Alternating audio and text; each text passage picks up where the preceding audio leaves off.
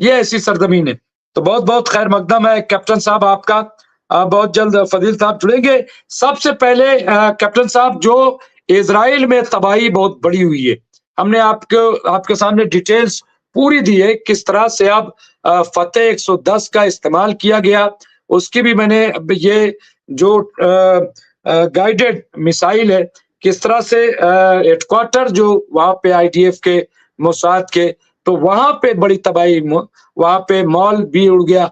और अब बाकायदा जो है वो कह दिया है हिजबुल्लाह ने कि अब तबाही का जवाब तबाही होगा।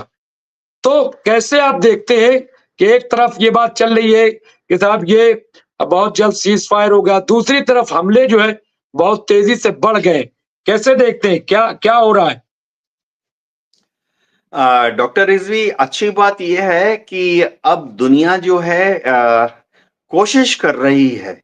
अमेरिका भी कोशिश कर रहा है, यूरोप के अलग-अलग देश भी कोशिश कर रहे हैं, काफ़ी अरब मुल्क भी कोशिश कर रहे हैं कि किसी तरह से हमास और इज़राइल की जो लड़ाई है, उसको आस्ते-आस्ते ठंडा किया जाए, जंगबंदी की तरफ ले जाया जाए। सऊदी, मिस्र ऐसे देश थोड़ा-सा सक्सेसफुल हासिल भी कर चुके हैं इस दिशा में।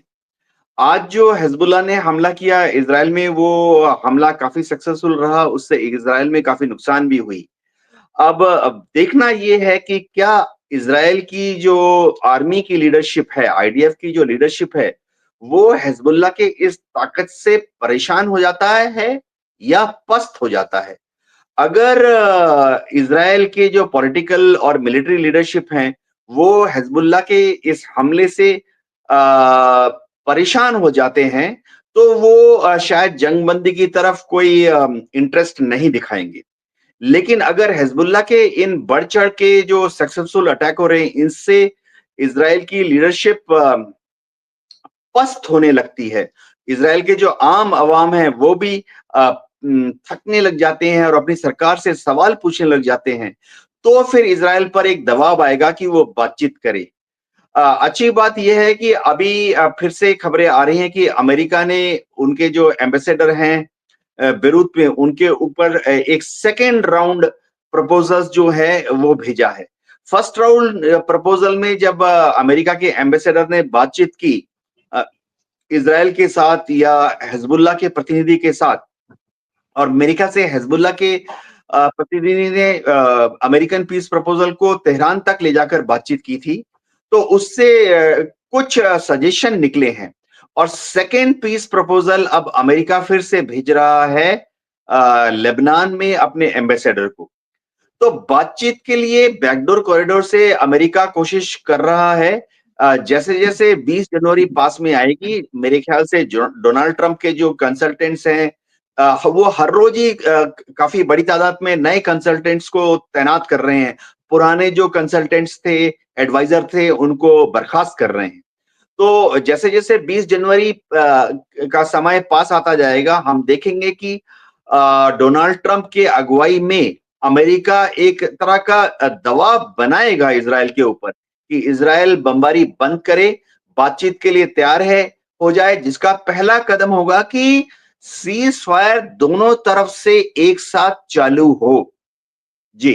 और एक ब्रेकिंग खबर के तौर पे यहाँ पे राजा सिंह राजपूत ने दिए, उन्होंने कहा कि इजराइल में खबर है कि वहां पे खाना जंगी शुरू हो गई है और मीडिया उसको नहीं दे रहा है, लेकिन वहां खाना जंगी, और आज जब हमले हुए हैं तो लोग अब ज्यादा ही सड़कों पे आ गए हैं। बहुत जबरदस्त नेतन्याहू की मुखालफत हो रही है यहाँ पे, ये खबर है। और यूएन में जिस तरह से यहाँ बताया गया है कि यूएन सिक्योरिटी काउंसिल में लाया गया UN conditional and permanent cease fire वाला प्रस्ताव, अमेरिका ने फिर पांचवी बार वीटो कर दिया। कैप्टन साहब, ये आप सुन रहे हैं, अमेरिका ने फिर वीटो कर दिया है। आप कह रहे थे कि बहुत जल्द जो है वो जंगबंदी होगी, लेकिन एक तरफ हिजबुल्लाह ने हमले तेज किए, दूसरी तरफ अमेरिका ने वीटो कर दिया। ये पांचवी बार वीटो है। मामला क्या है, ये रुकेगा नहीं रुकेगा, क्या इसके पीछे मंशा, क्या आपको लग रहा है? जी हाँ, आज जो अमेरिका ने यूएनएससी में जो वीटो किया है, इसको दुनिया के सारे मुल्क पहले से ही भांप रहे थे कि ऐसा होगा, जैसे कि पहले भी 3-4 बार हुआ। ये बात इसलिए भी हो रही है क्योंकि अभी तक अमेरिका में ट्रंप एडमिनिस्ट्रेशन आया नहीं है, जो बाइडेन की सरकार चल रही है और जो बाइडेन हमेशा यूएनएससी में जब भी इज़राइल के खिलाफ कोई भी प्रस्ताव आता है, तो जो बाइडेन एडमिनिस्ट्रेशन ने हमेशा उस प्रस्ताव को वीटो किया है। क्या ट्रंप एडमिनिस्ट्रेशन आकर कोई नया रास्ता चुनेगा? ट्रंप एडमिनिस्ट्रेशन जैसे ही आएगा तो आप देखेंगे कि यूएनएससी के फ्लोर पर चाहे जो भी बातचीत हो, असल जो दबाव है वो ट्रंप एडमिनिस्ट्रेशन ने इज़राइल पर इस तरह से डालना है। एक, शायद इज़राइल के प्रधानमंत्री नेतन्याहू को ये समझाना है कि आप हमेशा के लिए ये मत उम्मीद रखो कि अमेरिका हमेशा के लिए साल दर साल हर साल आपको करोड़ों अरबों डॉलर्स के हथियार फ्री में देता रहेगा। हो ये रहा है कि जो ये लड़ाई चल रही है अब पिछले 1 साल से, इसके दौरान अमेरिका ने जितने हथियार दिए हैं, अमेरिका की मिलिट्री इंडस्ट्रियल कॉम्प्लेक्स ने बनाए और अमेरिका ने सप्लाई किए इज़राइल को, इज़राइल ने अभी तक उनकी पेमेंट तो की नहीं है। इसकी पेमेंट इज़राइल को भविष्य में कभी करनी पड़ेगी। 5 साल लग जाएंगे, 10 साल लग जाएंगे, 20 साल लग जाएंगे। तो अमेरिका में जो बाइडेन की सरकार जा रही है, ट्रंप सरकार जब आएगी तो उसमें थोड़ा बिजनेस माइंडेड लोग भी होंगे एज द एडवाइजर्स, और वो कहेंगे ठीक है, हम बेचना चाहते हैं हथियार, सही है, लेकिन हथियार बेचने के बाद पैसा तो वापस आना चाहिए ना अमेरिका में, जो कि फिलहाल नहीं हो रहा है। पिछले 1 साल में इज़राइल ने जितने हथियार अमेरिका से लिए हैं, उसकी भरपाई करने का कोई तरीका अभी तक निकाला नहीं गया है। अमेरिका ने यूक्रेन के साथ क्या किया है मैं बता देता हूँ। अमेरिका के अलग-अलग इंडस्ट्रियल ग्रुप्स ने यूक्रेन में जाकर वहां पर जो बड़े-बड़े खेत हैं, खलियान हैं, उनको 99 साल के लिए लीज पर ले लिया है एज कंपनसेशन। लेकिन दिक्कत इज़राइल के साथ ये आ रही है कि इज़राइल में तो कोई उपजाऊ जमीन है नहीं, खेत खलियान है नहीं, सिर्फ रेत ही रेत है। तो उसके लिए अगर 99 साल के लिए लीज मिलेंगे तो उसमें उगाएंगे क्या? अमेरिका में एक और चीज हो रही है कि जो रिपब्लिकन पार्टी है वो चाहती है कि इज़राइल के साथ जो उनका बहुत मजबूत रिश्ता है वो मजबूत रहे, लेकिन उससे इज़राइल जो एक गलत अंदाजा निकाल रहा है कि अमेरिका आंख बंद करके इज़राइल को मदद करता रहेगा, इस भ्रम से इज़राइल को निकालना है। यानी दोस्ती मजबूत रहेगी, लेकिन इज़राइल अमेरिका की इस दोस्ती का कोई गलत फायदा ना उठाए। अभी होता ही है कि इज़राइल हर रोज जिस दिन भी चाहे जितने मर्जी बॉम्ब्स गिरा रहा है गाजा के ऊपर या लेबनान के ऊपर, कभी-कभी वो ईरान की तरफ भी चला जाता है। ये तो जो इंटरनेशनल रूल बेस्ड वर्ल्ड है, देखिए दुनिया एक कायदे से चलती है, नियमों से चलती है। इज़राइल उनको फॉलो नहीं कर रहा है। तो शायद अमेरिका से प्रेशर ऐसे भी आएगा कि इज़राइल की जो नई एडमिनिस्ट्रेशन है, अमेरिका की जो नई एडमिनिस्ट्रेशन है, वो इज़राइल को कहेगी कि आप दुनिया में जो नियम हैं, कायदे हैं, कानून हैं, उसको आस्ते-आस्ते मानना शुरू कीजिए। अपनी धौंस अकेले अमेरिका के बलबूते पर दुनिया पर ना निकालिए।